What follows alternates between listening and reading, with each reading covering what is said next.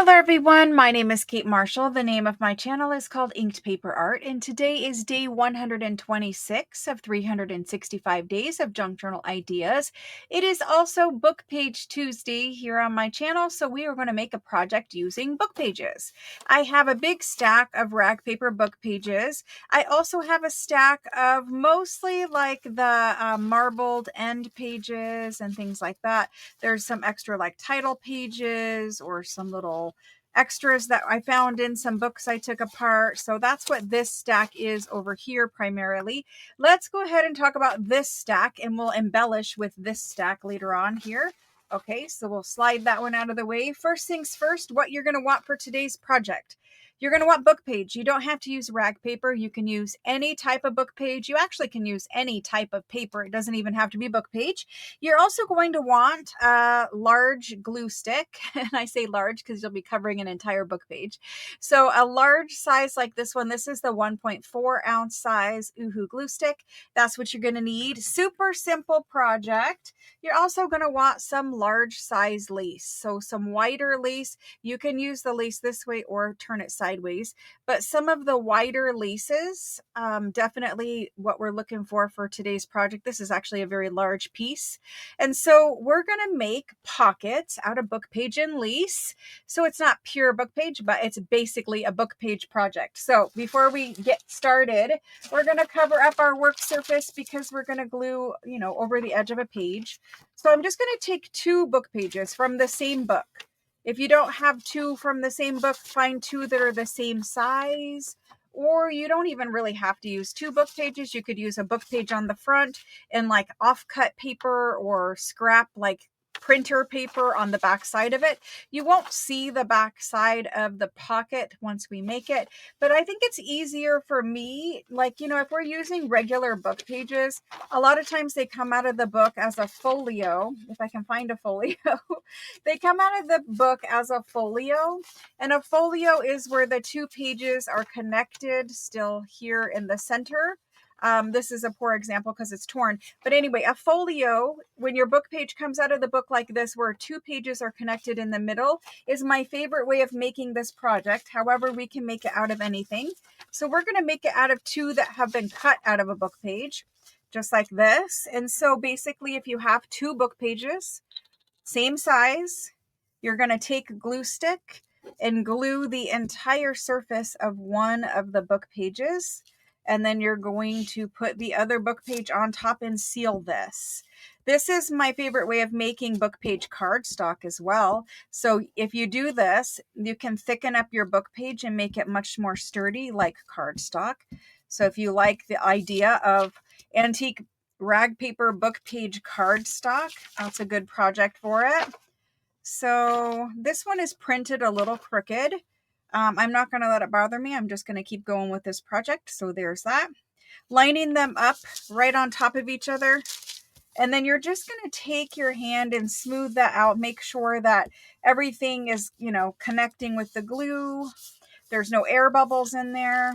And then set that page aside to dry. So there's that. We're going to make a couple here. And so the next ones, let's see. Let's use this. This is a good rag paper. This one is actually made from more of a flax paper. So it's a little darker in tone.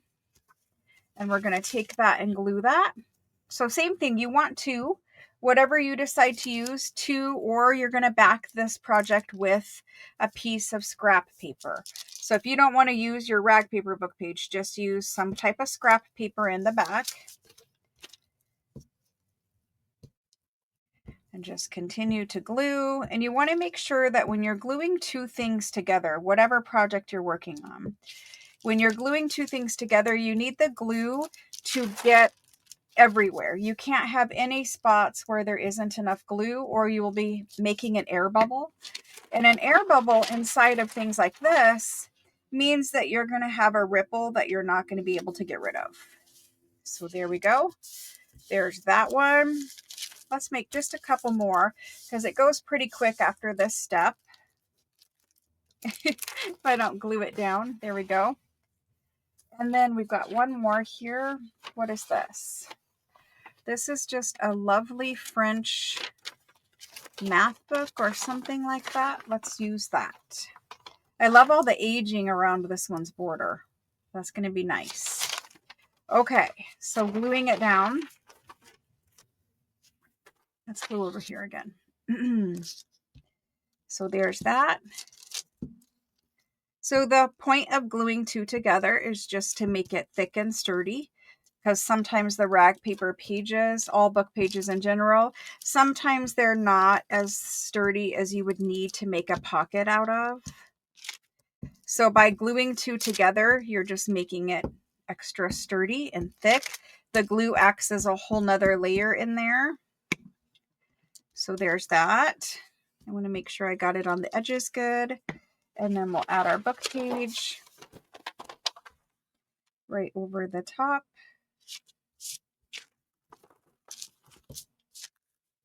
And there we go. Okay, so we have 3 to work with. And you can sit down and make a big pile of these pages that are glued together like this. These are good bases for all kinds of pockets, not even the lacy kind that we're making today, but all kinds of pockets. You can make journal cards from this.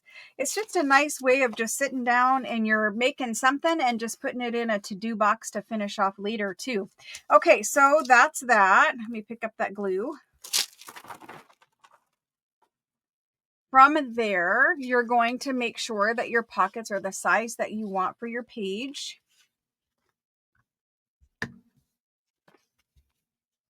I have a large, a medium, and a small. My pages are, this one is about 5 inches wide. This is 4 3/4, and this one is 4 1/2. And the tallest one is about 9 inches. I'm going to leave them the size that they are.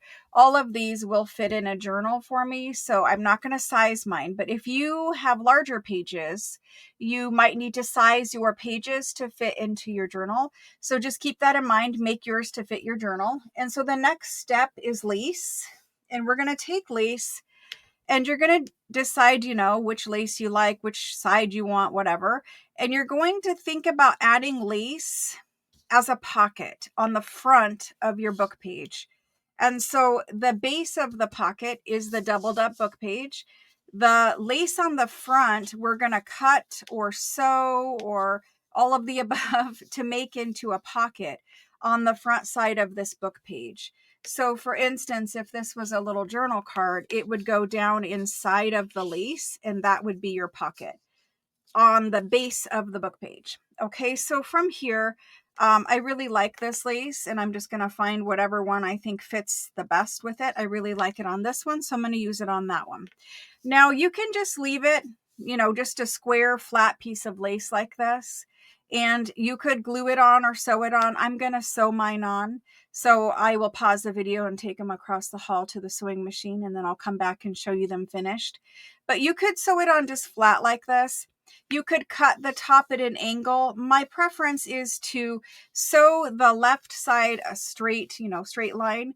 And then on the right side, I like to gather it a little bit and pull it down so that we get that angular pocket look, but that it is a little bit gathered right here. It also adds another little embellishing touch to the lace. So that's how I'm going to sew them. You'll see me when I come in and show you them done. They'll be gathered over there. So that's that one. The next one, let's see what we have. You could do a small pocket across the bottom, just like that. You could do it like that one too. I think that's a little too small. You could also turn it sideways if you had a smaller book page. If you had a smaller book page, you could turn it sideways and do something like I was just talking about, where you gathered the one side and pulled it down. You could also take it and hand stitch it and tack it, just fold it over like that to give that illusion of here's a pocket, you know what I mean? So that's a different option. Then I have this one, and this is again just a flat lace, and you could put that across the bottom. If I did this would be fine. I wouldn't even cut it to size. I would leave it hang over like that. So that's one option. We also have this kind, which is an eyelet, And that one, you know, if it has scallops, I like to leave the scallops sticking out over the bottom just a little bit.